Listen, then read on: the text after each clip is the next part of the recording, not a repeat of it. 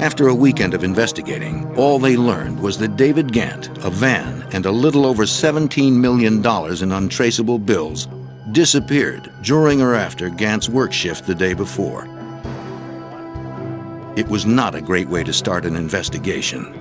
At 7:15 a.m. on Sunday morning, October 5th, 1997, the Charlotte-Mecklenburg, North Carolina police received a call from a woman named Tammy Gant. She told police her husband David hadn't returned home from his job at the Loomis Fargo warehouse the night before. The Charlotte Police Department dispatched an officer to investigate. Upon arriving at Loomis Fargo, the patrolman surveyed the scene. David Gant's pickup truck was parked outside the warehouse gate. The chain-link fence was open. Something appeared to be terribly wrong. The officer contacted dispatch. The Charlotte police notified Loomis Fargo, and a supervisor arrived to try and sort out what had happened. David Gant was nowhere to be found. The vault was locked, but all the keys were missing, along with a company van. There were no signs of forced entry. The supervisor told police that Gant worked the night before and was scheduled to close up the vault along with a trainee. He took the police officer to the security center. There he found the videotapes from 2 of the security camera's VCRs had been taken. In a second cabinet, he found a VCR with its tape still recording. There on this tape was Vault Supervisor David Gant emptying the vault. Because the money stolen from Loomis Fargo belonged to federally insured banks, the crime was a federal offense. The FBI was called in. At the time the agents arrived, they knew only that Vault Supervisor David Gant, a Loomis Fargo armored van, and an unknown amount of money from the vault were all missing. Because all the keys were missing, Loomis officials were locked out of their own vault. To learn what happened, they would have to break in. Gant had taken everything. So most of it was in $20 bills. Almost $11 million in $20 bills was missing. It was a total of $17 million, $17.3 million that turned up missing. 6, 4, 7. This money would be impossible to trace. None of the cash was marked. It had come from general circulation, and the serial numbers on the bills were non-sequential. With nothing to look at and no clues inside the warehouse, the investigators hoped the robbers left some clue outside. The agents started by looking at David Gant's truck. They found something interesting in the ashtray. A wedding ring. Is he trying to tell us that he has cut ties with his loved ones, that he's moving on, that he's starting a new life? Agents began to piece together what little they knew about the crime. After a weekend of investigating, all they learned was that David Gant, a van, and a little over $17 million in untraceable bills disappeared during or after Gant's work shift the day before. It was not a great way to start an investigation. If the FBI ever hoped to find the missing cash, they needed to find Gant fast. Agents started by talking with his wife Tammy and one of David's sisters. They hoped some detail of his personal life would give them some idea why he pulled the heist, who might have helped him, and most importantly, where he was. Any relatives, any friends? David's wife Tammy gave the FBI a lot of background information on her husband. She told them she hadn't noticed anything odd about David's behavior before the robbery. She explained that money was tight and the couple lived simply, but had run up some credit card debt. Tammy told the agents she kept a close eye on the bottom line and kept David on a strict budget.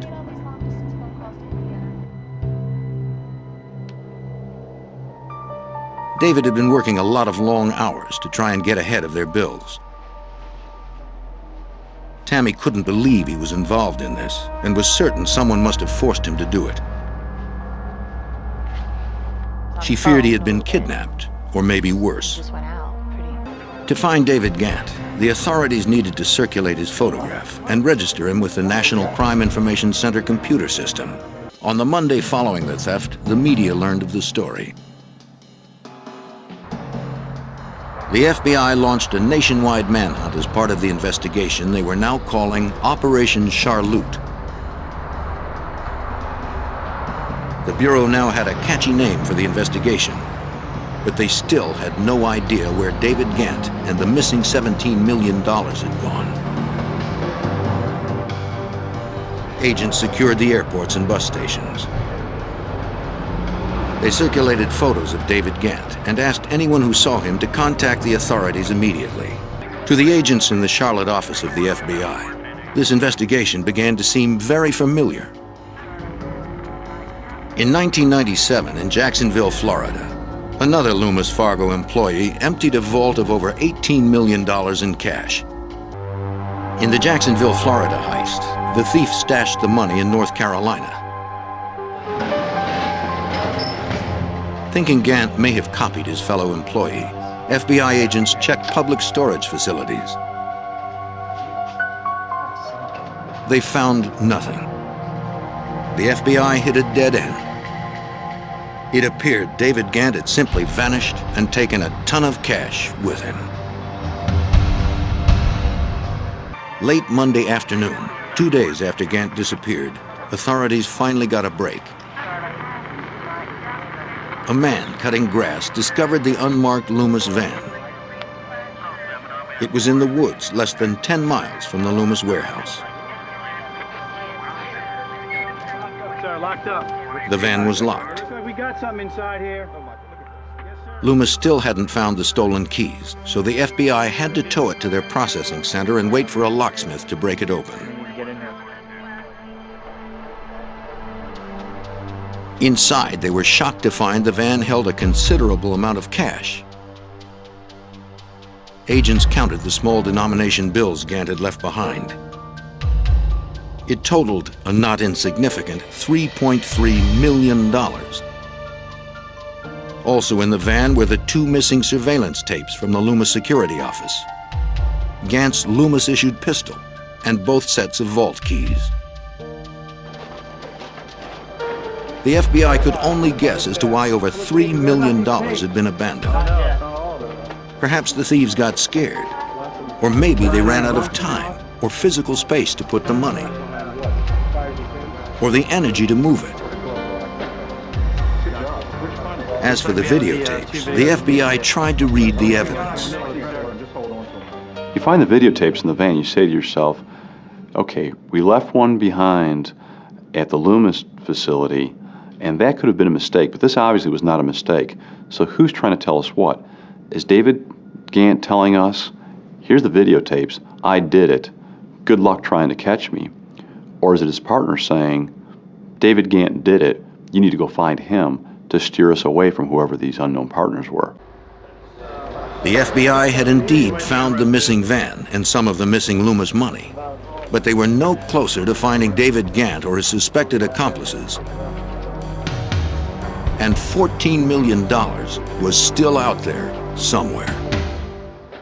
The FBI started digging deeper into David Gant's past. They talked with his old Army buddies. No one offered any real leads.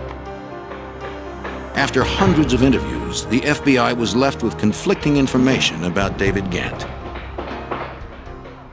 What we uncovered about David Scott Ghantt is that he had 2 very different personas, 2 very different lifestyles.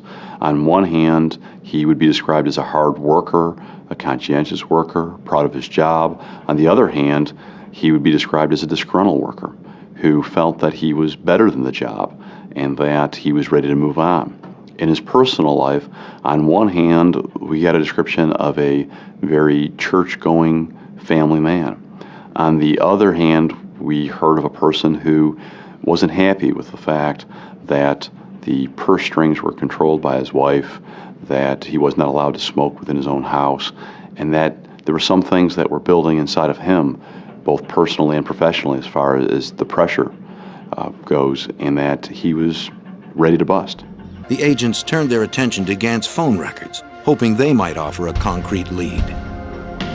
They found that several phone calls had been made the night of the heist from inside Loomis to David Gantt's cell phone.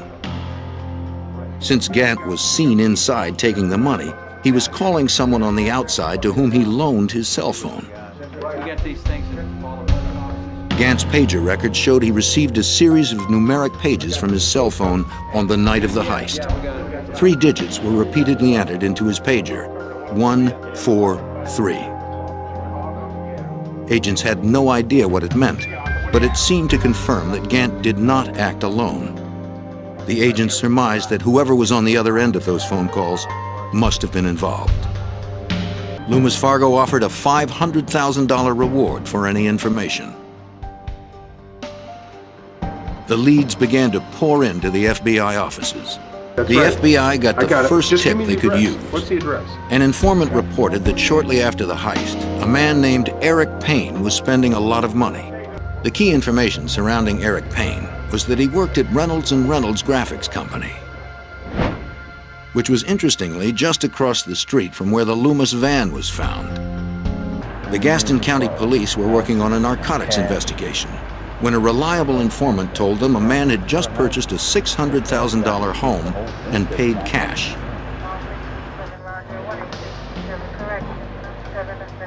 Sergeant Rome of the Gaston County Police identified the man as Steve Chambers and began an extensive background check on Steve and his wife, Michelle. Sergeant Rome learned Steve Chambers was making purchases all over town. In the last few weeks, he had paid cash for a truck and a BMW Roadster. So when you start putting them all together, a large number of cash purchases, large cash transactions and everything, there's got to be a source of the funds. And based on the information that I was able to obtain on the Chambers finances and everything, 2 and 2 didn't add up. As the FBI continued to watch, all over the Charlotte area, the Chambers spending continued at a dizzying pace. In late January 1998, she made an $8,000 deposit that gave the FBI the evidence they had been seeking from the beginning. FBI agents were surveilling a bank when Michelle Chambers walked in to make a deposit. The agents watched as she handed the teller packets of cash wrapped in money bands. One of them was from Loomis. This was the first evidence that tied the Chambers' wealth directly to Loomis Fargo. The FBI heard Kelly Campbell tell Steve Chambers that she had received a page from David Gant. This was the first evidence the FBI had Gant was still alive and was working with Campbell and the Chambers. The next time David Gant paged Kelly Campbell, she immediately called Steve Chambers. I've heard from him again. The FBI was listening to their conversation. Kelly told Steve she was afraid Gant would ask for more money. The agents were surprised to learn that Gant had apparently run out of cash and desperately needed Kelly to send him some. The agents listening in couldn't imagine how a man who stole $17 million could have run out of cash, unless the money was still in the Charlotte area. Steve Chambers told Kelly they couldn't wait any longer. It was time to get rid of Gant once and for all. The FBI finally had the information they sought. David Gant had been hiding south of the border since the heist. Now, like the FBI, Kelly also knew where he was. She told him someone would deliver more money and he should stay where he was and wait for it. I'm not so sure. With that, she appeared to seal David Gant's fate. 5 months after the Loomis Fargo heist, the FBI finally identified the key players, and they had located David Gant. They were now in a deadly race against Gant's accomplices to find him before they did.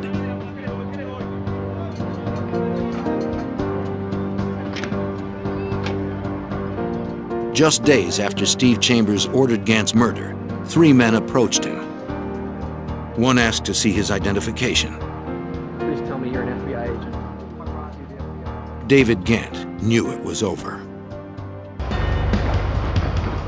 On Monday, March 2nd, 1998, 5 months after the Loomis Fargo heist, a task force of FBI agents and local police quietly approached the Chambers home in the early morning hours.